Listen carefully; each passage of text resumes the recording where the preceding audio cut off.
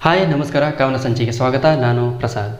ಕಮಲಿ ತನ್ನ ಅತ್ತೆಯ ಊರಿನಲ್ಲಿ ಜಾತ್ರೆ ಇದ್ದ ಕಾರಣ ಅದನ್ನು ನೋಡಲೆಂದು ಆ ಊರಿಗೆ ಹೋಗಿದ್ದಳು. ಅಪರೂಪಕ್ಕೆ ತನ್ನ ಸೊಸೆ ಬಂದಿರುವುದೆಂದು ಅತ್ತೆ ಸಿಹಿ ಊಟ ತಯಾರಿಸಿದ್ದಳು.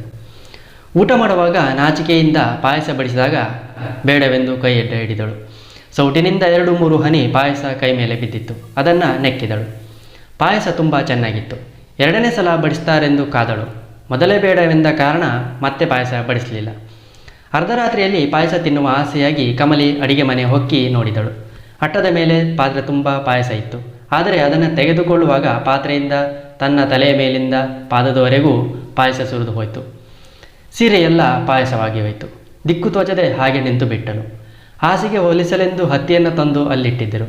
ಒಡನೆಯೇ ಅಲ್ಲಿದ್ದ ಹತ್ತಿಯಿಂದ ಪಾಯಸವನ್ನು ಒರೆಸಿಕೊಂಡಳು. ಇದರಿಂದ ಮುಖ, ಮೈ, ಕೈ ಎಲ್ಲ ಸೀರೆ ಸಮೇತ ಹತ್ತಿ ಮೆತ್ತಿಕೊಂಡಿತು. ಸ್ನಾನ ಮಾಡದ ಹೊರತು ಅಂಟಿದ್ದ ಹತ್ತಿ ಹೋಗುವಂತೆ ಕಾಣಲಿಲ್ಲ.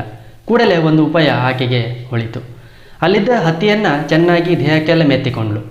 ಮಧ್ಯರಾತ್ರಿ ಕಳೆದು ಬೆಳಗಿನ ಜಾವದಲ್ಲಿ ಕೆರೆಗೆ ಹೋಗಿ ಸ್ನಾನ ಮಾಡಲು ಯೋಚಿಸಿ ಅಲ್ಲಿಯವರೆಗೂ ಸಮಯ ಕಳೆಯಲು ಮನೆಯ ಹೊರಗೆ ಅತ್ತೆ ಮನೆಯವರು ಸಾಕಿದ್ದ ಕುರಿಗಳ ಮಂದಿಯೊಂದಿಗೆ ಕುಳಿತುಕೊಂಡಳು.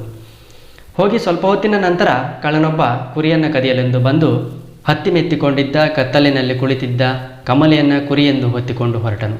ತುಂಬ ಭಾರವಿದ್ದ ಕಾರಣ ಒಂದು ಭುಜದಿಂದ ಮತ್ತೊಂದು ಭುಜಕ್ಕೆ ಬದಲಾಯಿಸಿಕೊಳ್ಳಲು ಪ್ರಯತ್ನಿಸಿದ್ದಂತೆ ಕಮಲಿ ಕಳ್ಳನ ಕಿವಿಯಲ್ಲಿ ಮೆಲ್ಲನೆ ಕೆಳಗಿಳಿಸು, ನನ್ನ ಮೈ ನೋಯ್ತದೆ ಎಂದಳು. ಗಾಬರಿಗೊಂಡ ಕಳ್ಳ ದೆವ್ವವನ್ನು ಹೊತ್ತಿಕೊಂಡು ಬಂದಿದ್ದೇನೆ ಎಂದು ಹೆದರಿ ಕಮಲಿಯನ್ನು ಕೆಳಗಿಳಿಸಿ ಬಾಯದಿಂದ ಓಡಿ ಹೋದನು. ನಂತರ ಕಮಲಿ ಕೆರೆಗೆ ಹೋಗಿ ಸ್ನಾನ ಮಾಡಿ ತೇವವಾದ ಸೀರೆಯಲ್ಲಿ ಕತ್ತಲೆ ಇದ್ದಂತೆಯೇ ಮನೆಗೆ ಬಂದು ಸೇರಿದಳು. ಕೆಲವು ದಿನಗಳು ಅತ್ತೆಯ ಮನೆಯಲ್ಲಿದ್ದು ನಂತರ ತನ್ನ ಮನೆಗೆ ಹೋಗಿ ಗಂಡನಿಗೆ ನಡೆದ ವಿಷಯ ತಿಳಿಸಿ ಪಾಯಸ ಮಾಡಿ ತೃಪ್ತಿಯಾಗುವಂತೆ ಕುಡಿದಳು. ಇದು ಇವತ್ತಿನ ಕತೆ ಸ್ನೇಹಿತರೆ. ಮತ್ತೆ ಹೊಸ ಕಥೆಯೊಂದಿಗೆ ಮತ್ತೆ ಭೇಟಿಯಾಗ್ತೀನಿ. ಅಲ್ಲಿ ತನಕ ಬಾಯ್.